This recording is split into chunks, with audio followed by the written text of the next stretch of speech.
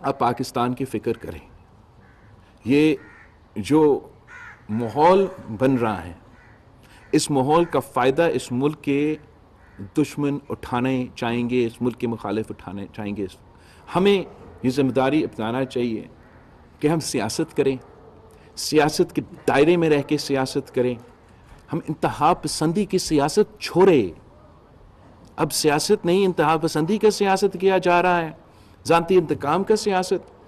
تو وہ جب تک ہم ایڈریس نہیں کرے گا, اور it takes to to tango, دونوں ہاتھ سے تالی بجتا ہے, یہ جب تک پولیٹیکل فورسز یہ ذمہ داری اپنے اوپر نہ لیں, تو جو آپ سوال کر رہے ہیں بڑا صحیح سوال ہے, اور بڑا مشکل ہوگا کہ وہ کنٹینیوٹی جس کی ہمیں ضرورت ہے, جس کے نتیجے میں پولیٹیکل سٹیبلٹی اور اکنامک سٹیبلٹی بھی آئے گا, بڑا مشکل ہوگا کہ وہ ہم پولیٹیکل سٹیبلٹی قائم کریں.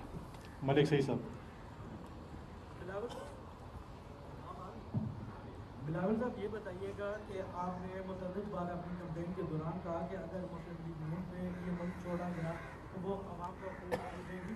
اب آپ جو ہے وہ مسلم لیگ نون کو سپورٹ کرنے جا رہے ہیں, تو کیا آپ سمجھتے ہیں کہ مسلم لیگ نون کی حکومت جو ہے وہ عوام کے مسائل حل کر پائے گی؟ اگر نہیں کر پاتی تو, اگر عوام کے مسائل حل نہیں کر پاتی تو پھر پیپلز پارٹی کیا کرے؟ I find this a very funny question because لوگ کیا ایکسپیکٹ کر رہے ہیں مجھے کہ میں الیکشن لڑوں اور الیکشن کے دوران اپنے مخالف کا تعریف ہی کروں, تنقید نہ کروں. میں تالیاں ان کو بجا دوں اور امید رکھے کہ مجھے ووٹ پڑے گا. میں نے ضرور جو ان کا کٹھایا ہے, ان کو بھی میرے خیال میں ماننا چاہیے کہ جو غلطیاں ہوئے ہیں, لیکن وہ الٹیمیٹلی ان کے اپنے فیصلے ہیں. جو ان کے اوپر کرٹیسزم بنتا ہے, یہ جمہوریت کا اصول ہے, خاص طور پہ الیکشن کے دوران, تو ہمارا ذمہ داری ہے, یہ ہمارا کام ہے کہ ان کی جو کوتاہیاں ہیں, ان میں انہوں نے جو غلطیاں کیا ہیں, ان میں ان کے پالیسیز پہ جو ہمارا اعتراضات ہے, اس پہ ہم زور دیں, اس پہ ہم ہائی لائٹ کریں. اب جہاں تک آپ کی دوسری سوال ہے, اگر پاکستان کے عوام مجھے مینڈیٹ دیتے تو پھر بالکل اب میں کہتا کہ نہیں, آپ مجھے وزیر اعظم بنائیں. اب مجھے وہ مینڈیٹ نہیں دیا گیا. جہاں تک مسلم لیگ کا پالیسیز کے سوال ہے, ضرور ہمارا مختلف پالیسیز پہ اختلاف رائے ہوگا, مگر پارلیمان کی خوبصورتی یہ ہے, جمہوریت کی خوبصورتی یہ ہے کہ آپ اپنا رائے رکھتے ہو, میں اپنا رائے رکھتا ہوں. آپ سمجھتے ہیں کہ آپ کا سب سے بیسٹ رائے ہے, سولوشن ہے کسی ایک مسئلہ کا. میں سمجھتا ہوں کہ میرا رائے, میرا موقف سب سے بیسٹ سولوشن ہے کسی مسئلہ کا. ہو سکتا ہے کہ آپ کا رائے صحیح ہو سکتا ہے کہ میرا رائے صحیح ہو. اس سے بھی زیادہ ممکن یہ ہے کہ شاید میرا رائے اور آپ کے رائے کے درمیان میں جو رائے ہے وہ سب سے بیسٹ حل ہو اس مسئلہ کا. تو پارلیمان کا, جمہوریت کا یہ ایک طریقہ ہے کہ ہم پارلیمان میں اور پارلیمانی جمہوریت میں حصہ لیتے ہیں. تو اگر کنسنسس کی بنیاد پہ ہم فیصلے کرتے ہیں تو میرا امید ہے کہ ہم پاکستان کے عوام کے مسائل کو ایڈریس کر سکیں گے. اگر ہم پاکستان کے عوام کے جو بنیادی مسئلے ہیں ان کی طرف توجہ نہیں دیتے تو اس کا نقصان نہ صرف ایک سیاسی جماعت کا ہوگا, اس کا نقصان اس ملک کا ہوگا.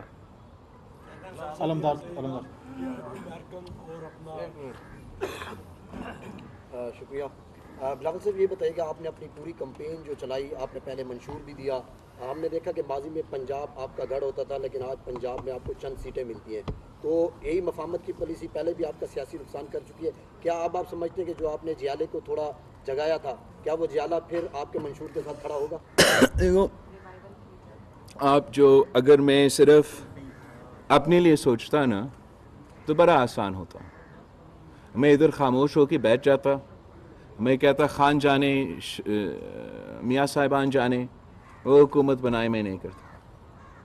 لیکن آپ مجھے بتائیں کہ حالات کیا ہے اس ملک میں. بلوچستان کی صورتحال کیا ہے, کراچی کی صورتحال کیا ہے, صوبہ پنجاب, صوبہ پختونخوا کی صورتحال کیا ہے. بالکل میرا فائدہ ہے, میں اس پولیٹیکل سچویشن میں اگر پاکستان پیپلز پارٹی بلیک میل کرنا چاہتی تھی تو ہم پی ٹی آئی کو بھی اور نون لیگ کو کہتے کہ آپ ہمیں بنا دیں ورنہ یہ نہیں ہوتا. مگر کیا وہ پولیٹیکل سٹیبلٹی قائم کرے گا؟ کیا وہ پاکستان کے ایشوز جو مہنگائی، غربت اور بے روزگاری سے اس کا کوئی حل نکلے گا؟ یہ مفاہمت نہیں ہے، یہ پاکستان کی محبت ہے، یہ پاکستان کی عوام کے ہم سوچ رہے ہیں. ضرور میرا اس میں سیاسی نقصان ہوگا، مگر آپ نے ہر موقف پہ یہ سوچنا ہے کہ کیا صرف اور صرف میرا سیاست اہمیت رکھتا ہے، میرا اپنے آپ کو ہر قیمت پہ کسی کرسی پہ بٹھانے اس مسائل کا حل ہے، یا اس نظام کو جس کے لیے ہم نے شہادتیں دی، جس کے لیے میرے کارکنوں نے، میرے خاندان نے، میرا پارٹی نے شہادتیں دی، اس نظام کو ہم چلائیں.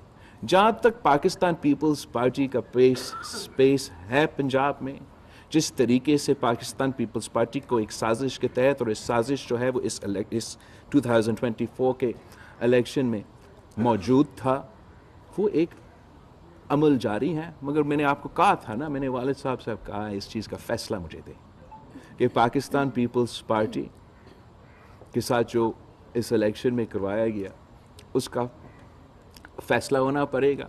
میں یہ نہیں امید رکھ سکتا اپنے پارٹی کے ساتھ کہ ہم ہر بار ان کو کہیں کہ ہم جمہوریت کے خاطر، ہر چیز کے خاطر، اور بار بار ہمارے ساتھ اس قسم کا سلوک کیا جائے. اور آخر میں جو تمام سیاسی جماعتیں سے ایکسپیکٹ کرتا ہوں کہ اس الیکشن میں اب کسی کوئی رہا نہیں نا جو 30 سال سے صرف پاکستان پیپلز پارٹی کی شکایت تھی، جو شہید محترمہ بینظیر بھٹو نے لیول پلینگ فیلڈ کے لیے. آج آپ کو پتہ ہے کہ آپ کو کیسے اور کیوں فارم 45 پولنگ اسٹیشن سے ملتے ہیں؟ اس لیے شہید محترمہ بینظیر بھٹو کی جدوجہد تھی کہ فری اینڈ فیئر الیکشنز کرواؤ، الیکشن ریفارمز کروائے، اور شہید محترمہ بینظیر بھٹو نے مشرف کے دور الیکٹرل ریفارمز کرواتے ہوئے آپ کا فارم 45 کا رزلٹ پولنگ اسٹیشن سے نکلوا دیا.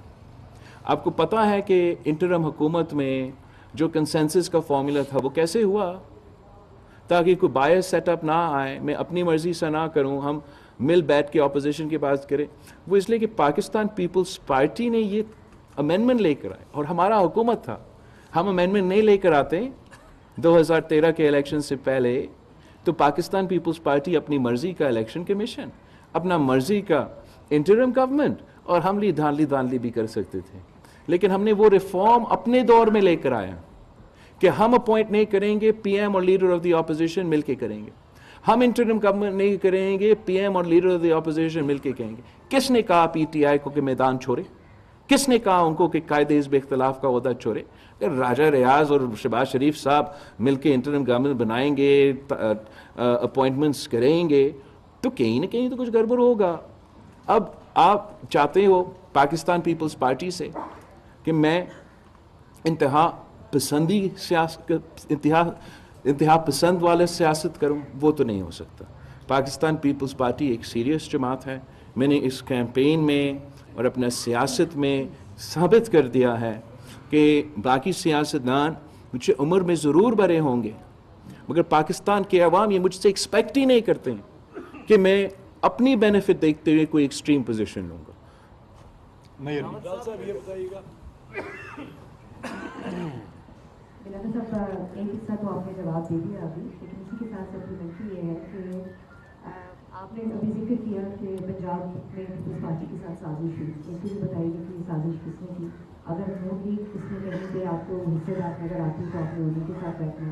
پھر جن تحفظات کی آپ نے بات کی ہے کہ الیکشن کے حوالے سے آپ نے صدر زرداری صاحب کے سامنے رکھا ہے، تو وہ تحفظات جو ثابت ہو جاتے ہیں، وہ تمام جو آپ کے خدشات ہیں وہ ثابت ہو جاتے ہیں، تو اس کے بعد کیا ہوگا؟ جہاں